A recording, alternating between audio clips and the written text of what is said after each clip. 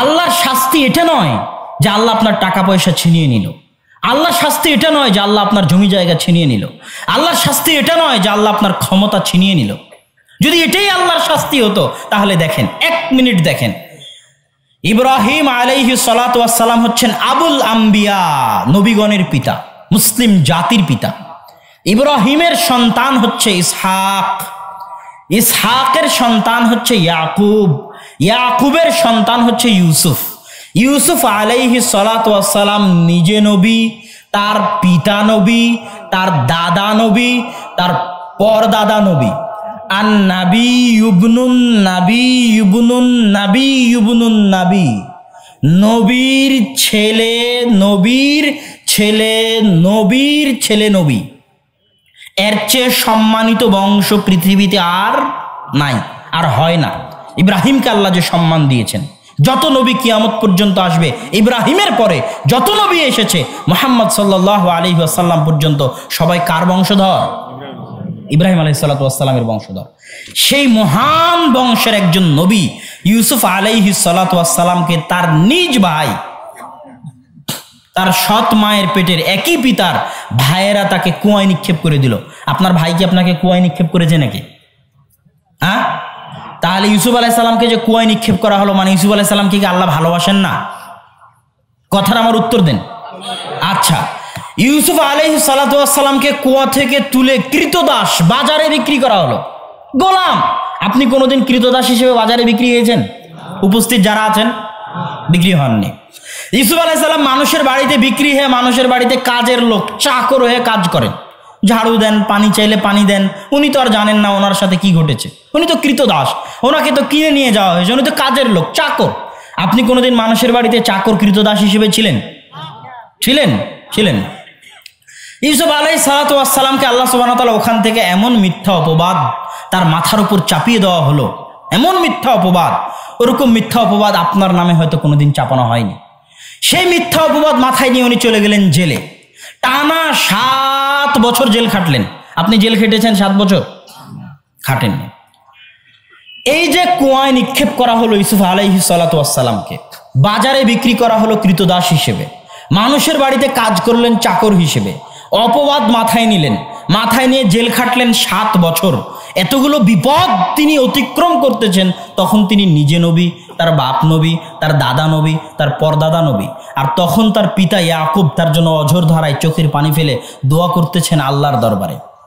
তার জন্য তার পিতা নবীর দোয়া আছে, তার নবী জীবিত, পিতা জীবিত।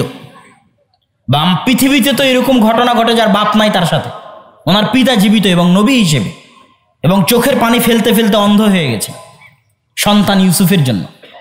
তাহলে এবার বলেন, প্রশ্ন উপস্থিত জনতার নিকটে, যে ইউসুফ আলাইহিস সালাতু ওয়াস সালামকে আপনারা যেহেতু বলছেন যে আল্লাহ তাকে ভালোবাসে, আপনারা যেহেতু দাবি করতেছেন, তো আল্লাহ যে তাকে ভালোবাসে, এই ভালোবাসার প্রমাণটা কোথায়? উত্তর দেন, আমি উত্তর চাচ্ছি। যে অন্য একটা উত্তর চাচ্ছি। আচ্ছা, আমি উত্তর দিই। আল্লাহ সুবহানাহু ওয়া তাআলা যে তাকে ভালোবাসেন, এটা তার পুরো জীবনীতে সবচেয়ে বড় প্রমাণ যে আল্লাহ তাকে জেনার মতো অপরাধ থেকে বাঁচিয়ে দিয়েছেন। আল্লাহু আকবার। তাহলে এবার বুঝেন তার উল্টাটা, এবার তার পাল্টাটা বুঝেন, যে আপনার উপর আল্লাহর দয়া আছে না নাই? আপনার টাকা পয়সা নাই মনে করছেন আমার উপর দয়া নাই, খেতে পাই না মনে করছেন দয়া নাই। আর ইউসুফের চেয়ে কষ্ট আপনি কোনোদিন করেননি। তাহলে ইউসুফের উপর আল্লাহর দয়া ছিল, তার প্রমাণ আল্লাহ সুবহানাহু ওয়া তাআলা তাকে জেনা থেকে বাঁচিয়েছেন, জেনার মতো মহা অপরাধ থেকে বাঁচিয়েছেন। এবার আপনি শুনেন, আপনার জন্য আল্লাহর পক্ষ থেকে সবচেয়ে বড় শাস্তি, সবচেয়ে বড় গজব, সবচেয়ে বড় আযাব এটাই যে আল্লাহ সুবহানাহু ওয়া তাআলা আপনাকে জেনার মতো অপরাধে লিপ্ত রেখেছে। আপনার জন্য আল্লাহর পক্ষ থেকে সবচেয়ে বড় শাস্তি, সবচেয়ে বড় আযাব, সবচেয়ে বড় গজব এটাই যে আল্লাহ আপনাকে সুদের মতো মহা অন্যায়, মহা অপরাধে লিপ্ত রেখেছে। আপনার জন্য আল্লাহর পক্ষ থেকে শাস্তির এটাই সবচেয়ে বড় প্রমাণ যে আল্লাহ আপনাকে ফ্রি ফায়ার, পাবজির মতো নিকৃষ্ট গেমে ব্যস্ত রেখেছে। আপনার উপর আল্লাহ আল্লাহর শাস্তির, আযাব, গজবের এটাই প্রমাণ যে আল্লাহ আপনাকে মদ, নেশা, জুয়ার আড্ডায় ব্যস্ত রেখেছে।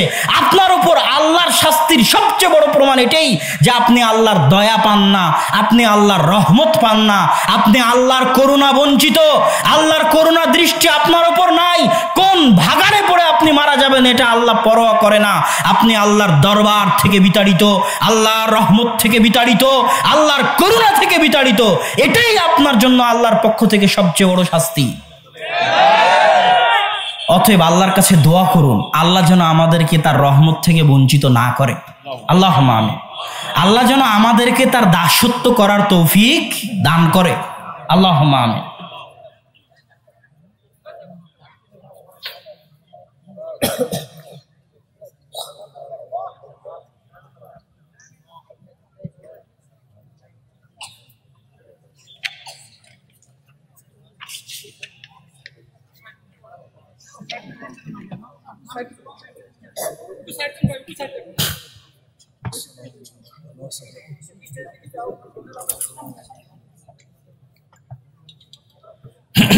আমরা একটু মনোযোগ দেই, আলোচনার শেষ দিকে চলে এসেছি।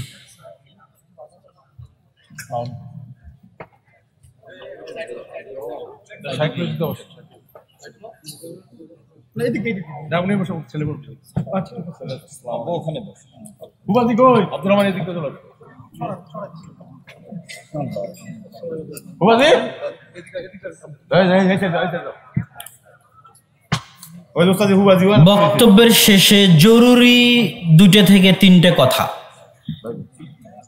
1 নাম্বার কথা, আল্লাহ সুবহানাহু ওয়া তাআলার দয়া, রহমত, করুণা পাওয়া একটা মানুষের জীবনের সবচেয়ে বড় সফলতা। আর এই দয়া, করুণা, রহমত পাওয়ার কয়েকটা বড় উপায়। 1 নাম্বার উপায় হচ্ছে পবিত্র কোরআন তেলাওয়াত করতে পারা। যে মানুষের জীবনে পবিত্র কোরআন নাই, যে মানুষের সকাল কোরআন দিয়ে শুরু হয় না, কোরআন দিয়ে শেষ হয় না, সেই মানুষের জীবন আল্লাহর রহমত বঞ্চিত, আল্লাহর করুণা বঞ্চিত, আল্লাহর দয়া বঞ্চিত। যেই বাড়িতে কোরআন তেলাওয়াত হয় না ওই বাড়ি আল্লাহর দয়া বঞ্চিত, আল্লাহর রহমত বঞ্চিত, আল্লাহর করুণা বঞ্চিত। কোরআন আল্লাহর রহমত, বরকত, দয়া পাওয়ার মাধ্যম। যে বাড়িতে কোরআন তেলাওয়াত হয় না ওটা অন্ধকার কবরের মতো বাড়ি। যে জীবনে কোরআন তেলাওয়াত হয় না সেই জীবন কুকুর শ্রীগালের মতো জীবন। আল্লাহ যেন আমাদেরকে কোরআন তেলাওয়াত করার তৌফিক দান করে। আল্লাহুম্মা আমিন। আল্লাহর দয়া, রহমত পাওয়ার দ্বিতীয় বড় উপায় হচ্ছে হালাল রুজি। যাকে আল্লাহ হারাম রুজিতে ব্যস্ত রেখেছে সে আল্লাহর দয়া বঞ্চিত। আল্লাহর রহমত, দয়া পাওয়ার তৃতীয় বড় উপায় বা এটাই সবচেয়ে বড় উপায়, জামাতের সাথে সালাত আদায় করতে পারা, মসজিদের সাথে সম্পর্ক রাখতে পারা, মসজিদকে ভালোবাসতে পারা, মসজিদের সাথে টিকে থাকতে সালাত আদায় করতে পারা, আল্লাহকে স্মরণ করতে পারা, আল্লাহর জিকির করতে পারা 5 ওয়াক্ত সালাতে। এটা আল্লাহর সাথে সম্পর্ক রক্ষার, আল্লাহর সাথে যোগাযোগ রক্ষার, আল্লাহর সাথে কথা বলার, আল্লাহর সাথে আদান প্রদানের, মনের ভাব আদান প্রদানের সবচেয়ে বড় মাধ্যম। যার সালাত নাই তার সাথে আল্লাহর কোনো যোগাযোগ নাই, তার সাথে আল্লাহর কোনো সম্পর্ক নাই। সে আল্লাহর দয়া বঞ্চিত, রহমত বঞ্চিত, আল্লাহর দরবার থেকে বিতাড়িত। কোন ভাগাড়ে পড়ে মারা গেল এটা আল্লাহ পরোয়া করেন না। আর একটা মানুষ যে মিসকিন, রাস্তা দিয়ে হাঁটে, যার সমাজে কোনো দাম নাই, যাকে সমাজের মানুষ মূল্যায়ন করে না, যার কথা শোনা হয় না, যারকে দাম দেওয়া হয় না, যাকে অনুষ্ঠানে ডাকা হয় না, তার সাথে যদি আল্লাহর যোগাযোগ, আল্লাহ সুবহানাহু ওয়া তাআলার সম্পর্ক থাকে, আর ওই মানুষের সাথে যদি কেউ শত্রুতা করে তো আল্লাহ তার সাথে শত্রুতা করবেন। এটা আল্লাহ সুবহানাহু ওয়া তাআলার সাথে সম্পর্ক রক্ষা করার সবচেয়ে বড় পাওয়ার। এই বিষয়ে বহু হাদিস আছে যেগুলো আপনাদের সামনে পাঠ করা যায়। আলোচনার শেষাংশে দানের জন্য আবেদন করা হয়েছে, বিশাল প্রোগ্রাম, হাজারো মানুষের উপস্থিতি। এই প্রোগ্রাম আয়োজন করতে অবশ্যই খরচ আছে। দানের বিষয়ে আমি শুধু এতটুকু বলবো, কাফের মুশরিকও যদি দান করে ইবনুল কাইয়িম রাহিমাহুল্লাহ বলতেছেন, গরিব মিসকিনকে যদি কাফের মুশরিকও সহযোগিতা করে তো আল্লাহ ওই কাফের মুশরিককেও তার দানের প্রতিদান দুনিয়াতেই দিবেন, তার বিপদ আপদ দূর করার মাধ্যমে। আল্লাহ সুবহানাহু ওয়া তাআলা আমলের প্রতিদান দেন আমলের মতো, এটা আল্লাহর নিয়ম। আমলের প্রতিদান দেন আমলের মতো, যেমন কাজ তেমন ফল। উদাহরণ, জাহান্নামে জোনাত যারা জেনাকারী তারা জ্বলবে উলঙ্গ অবস্থায়, লজ্জা স্থান থেকে দুর্গন্ধ বের হবে। কেন লজ্জা স্থান থেকে দুর্গন্ধ বের হবে? ওই লজ্জা স্থান দিয়ে দুনিয়াতে জেনা করতো, তাই লজ্জা স্থান দিয়ে দুর্গন্ধ বের হবে। কাজ যেমন ফল তেমন। যে সুদখোর তাকে রক্তের নদীতে ফেলে দিয়ে তাকে পাথর নিক্ষেপ করা হবে। যে আলেম জ্ঞান অনুযায়ী আমল করতো না তার মাথা পাথর দিয়ে নিক্ষেপ করে মাথা ফেড়ে ফেলা হবে। কেন? জ্ঞান তার মাথায় ছিল, শাস্তি মাথায়। যে মিথ্যা কথা বলতো তার গাল ফেড়ে ফেলা হবে, কেন? মুখ দিয়ে মিথ্যা বলতো, শাস্তি মুখে। আল্লাহ সুবহানাহু ওয়া তাআলার প্রতিদানের নিয়ম এটা, ভালো কাজ এবং মন্দ কাজ যেমন কর্ম তেমন ফল। দুনিয়াতে যে চুক্তি লঙ্ঘন করেছে, ওয়াদা ভঙ্গ করেছে, কিয়ামতের মাঠে ওর পিছে চুক্তি লঙ্ঘনের বিশাল একটা পতাকা আল্লাহ ঝুলিয়ে দিয়ে তাকে অপমান করবেন। দুনিয়াতে যে আরেকজনের জমি অবৈধভাবে দখল করেছে, কিয়ামতের মাঠে ওর উপর 7 জমিন চাপিয়ে দিবেন। আমল যেমন শাস্তি তেমন। যে উটের জাকাত দেয়নি, গরুর জাকাত দেয়নি, কিয়ামতের মাঠে ওর উট ওকে আঘাত করতে থাকবে। যে সোনা চান্দির জাকাত দেয়নি, সোনা চান্দি পুড়িয়ে শাস্তি দেওয়া হবে। আমল যেমন ফল তেমন। এটা আল্লাহর নীতি, হিকমা। আল্লাহ হচ্ছেন হাকিমুন আলিম, সবচেয়ে জ্ঞানী, সবচেয়ে প্রজ্ঞাময়। প্রত্যেকটা কাজের পিছনে সূক্ষ্মতা আছে আল্লাহ। তো দান আমল যেমন প্রতিদান তেমন দানে বিপদ দূর হয়। দানে কি দূর হয়? বিপদ দূর হয়। প্রোগ্রাম কমিটি বিপদে আছে, টাকা নাই। মাদ্রাসা বিপদে আছে, টাকা নাই। গরিব মানুষ বিপদে আছে, টাকা নাই। আপনি টাকা দিচ্ছেন, তার বিপদ দূর হচ্ছে, প্রতিফলও আপনি পাল্টা ওই রকমই পাবেন। আল্লাহ আপনার বিপদ দূর করে দিবেন। এটা যদি কাফের মুশরিকও করে তবুও পাবে দুনিয়াতে। কেননা কিছু কিছু কাজের প্রতিদান আল্লাহ দুনিয়াতেই দেন, ভালো কাজ মন্দ কাজ। আর সবচেয়ে দ্রুত যে খারাপ কাজের প্রতিদান আল্লাহ দুনিয়াতে দেন, সবচেয়ে দ্রুত যে খারাপ কাজের প্রতিদান আল্লাহ দুনিয়াতে দেন, তার একটা হচ্ছে পিতা মাতার অবাধ্য হওয়া। সবচেয়ে দ্রুত। পরকালের জন্য যেটা আছে ওটা পরে, যে পিতা মাতাকে কষ্ট দিবে ওর শাস্তি দুনিয়াতে ওকে পেতেই হবে। আরও অনুভব করতে পারবে যে পিতা মাতাকে কষ্ট দেওয়ার জন্যই আমারই শাস্তি। এটা সহিহ ইবনে হিব্বানের হাদিস। তাহলে যে কাজের প্রতিদান আল্লাহ দুনিয়াতে দ্রুত দেন তার একটা দান। দান করবেন, বিপদ দূর হয়ে যাবে, আল্লাহ সুবহানাহু ওয়া তাআলার রহমত পাবেন, বাড়িতে বরকত আসবে। তো কেউ যদি আপনাদের ভিতরে প্রবেশ করে, আর একটা জিনিস মনে রাখবেন, যত মানুষের রিজিকের দায়িত্ব আপনি উঠাবেন তত মানুষের রিজিকের ব্যবস্থা আল্লাহ আপনার হাত দিয়ে করিয়ে দিবে। আপনার স্ত্রী তার রিজিক নিয়ে পৃথিবীতে এসেছে, আপনার সন্তান তার রিজিক নিয়ে পৃথিবীতে এসেছে। ওর ভাগ্যে যদি পোলাও কোরমা খাওয়া থাকে, ওই পোলাও কোরমা টাকা আল্লাহ আপনার হাত দিয়ে করিয়ে দিবে। ওর যদি ক্যামব্রিজ বিশ্ববিদ্যালয়ে পড়া ভাগ্যে থাকে, ক্যামব্রিজ বিশ্ববিদ্যালয়ে পাঠানোর টাকা আল্লাহ আপনার হাত দিয়ে করে দিবে। এটা আল্লাহর জিম্মেদারি। কেন? রিজিকের আসল মালিক কে? আল্লাহ। লা তাকতুলু আওলাদাকুম খাশিয়াতা ইমলাক নাহনু নারযুকুকুম ওয়া ইয়াহুম। দারিদ্রতার ভয়ে সন্তান হত্যা করিও না, তোকেও খাওয়াই, তোর সন্তানকেও খাওয়াবো। এখনো তুই নিজের রিজিকের মালিক হতে পারিসনি যে নিজের সন্তানের রিজিক নিয়ে চিন্তা করবি। এখনো তো রিজিকের মালিক আমি আল্লাহ। এটা আল্লাহর বাক্য। এবং আল্লাহ সুবহানাহু ওয়া তাআলা মানুষকে বলেননি যে তোমার পকেটের টাকা দাও, ইউনফিকুনা মিম্মা রাযাকনাহুম। আল্লাহ বলেনি তোমার পকেটে যে টাকা আছে ওটা দাও। আল্লাহ বলছে তোমার পকেটে যে টাকা আছে ওটা আমার দেওয়া টাকা। তুমি যে 100 বিঘা সম্পত্তির মালিক ওটা আমার দেওয়া, 100 তলা বিল্ডিং এর মালিক ওটা আমার দেওয়া। মিন ফাজলি রাব্বি, আল্লাহর দয়া। আল্লাহ চাইলে নিমিষে ধ্বংস করে দিতে পারেন। তুইজ্জু মান তাশা ওয়া তুযিল্লু মান তাশা, তানজিউল মুলকা মিম্মান তাশা ওয়া তুতিল মুলকা মিম্মান তাশা। যাকে ইচ্ছা তাকে ক্ষমতা দিতে পারেন, ক্ষমতা থেকে নামাতে পারেন, সম্মান দিতে পারেন, অপমান করতে পারেন। এটা আল্লাহর সেকেন্ডের খেলা, এটা আল্লাহ করে থাকেন। পৃথিবীর মানুষের চোখের সামনে আল্লাহ সুবহানাহু ওয়া তাআলা এটা করে থাকেন।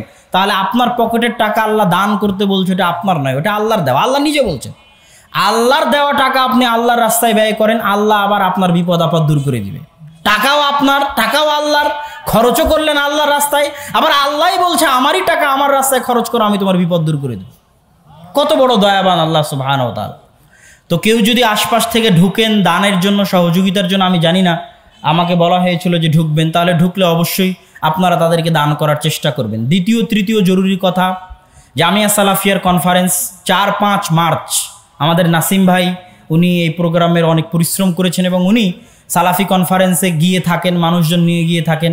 ওখানে দেশের বড় বড় আলেম ওলামা আসে এবং ঢাকার বুকে একটা বৃহত্তম প্রতিষ্ঠান আহলে হাদিসদের, এবং আরও বড় হবে।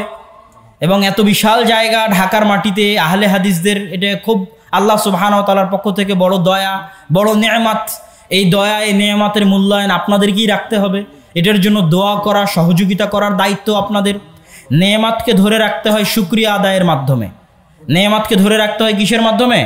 শুকরিয়া আদায়ের মাধ্যমে। এত বড় বিশাল নেয়ামত কি দিয়ে শুকরিয়া আদায় করবেন? ভালোভাবে পরিচালনা, সহযোগিতা, দান করা, প্রোগ্রামে অংশগ্রহণ করা, এটাই শুকরিয়া আদায়। আরও যদি বেশি করেন আল্লাহ আরও বড় করে দিবে। আরও শুকরিয়া আদায় করবেন আল্লাহ আরও বড় করে দিবে। আল্লাহর রাজত্বের তো অভাব নাই, আল্লাহর খাজানার তো অভাব নাই। সুতরাং জামিয়া সালাফির এই কনফারেন্সে 4-5 মার্চের কনফারেন্সে উপস্থিত হওয়ার আবেদন। দলে দলে উপস্থিত হবেন, দেশ বিদেশের বড় বড় আলেম ওলামা থাকবেন। আর তৃতীয় আবেদন, মাসিক আল ইতিসাম না নিয়ে কেউ যাবেন না, বই পুস্তক যেগুলো আছে সেগুলো নিয়ে যাবেন। আর শেষ আবেদন, দোয়া আমাদের জন্য, আব্বুর জন্য, আমাদের পরিবারের জন্য, আপনাদের নিজেদের জন্য। আমরাও আপনাদের জন্য দোয়া করি, আপনারাও আমাদের জন্য দোয়া করবেন যেন আল্লাহ সুবহানাহু ওয়া তাআলা মানুষের বদ নজর, কুল আউযু বিরাব্বিল ফালাক মিন শাররি মা খালাক ওয়া মিন শাররি গাসিকিন ইযা ওয়াকাব ওয়া মিন শাররিন নাফাসাতি ফিল উকদ ওয়া মিন শাররি হাসিদিন ইযা হাসাদ। হে আল্লাহ, হিংসুকের হিংসা থেকে আপনি পরিত্রাণ দান করেন। এই যে 3 বাপ বেটা প্রোগ্রাম করা হচ্ছে, এটা নিয়ে মানুষের হিংসার শেষ নাই। যারা ফেসবুক চালান তারা বুঝতে পারবেন। তো এটার জন্য আপনাদের দোয়ার মুহতাজ আমরা, কেননা বদ নজরের প্রভাব আছে। আল্লাহ রাসূল বলছেন, তাকদীর, ভাগ্যের ওপর যদি কোনো কিছু প্রাধান্য পায় তাহলে সেটা বদ নজর। আল আইন হাক্কুন, বদ নজর সত্য। তাহলে আমরা মানুষের বদ নজরে পড়ে গেছি, আমরা মানুষের হিংসায় পড়ে গেছি। বাঁচতে পারবো আপনাদের দোয়ায়। আপনারা দোয়া করবেন যেন আল্লাহ সুবহানাহু ওয়া তাআলা আমাদেরকে হেফাজত করে। আল্লাহুম্মা আমিন।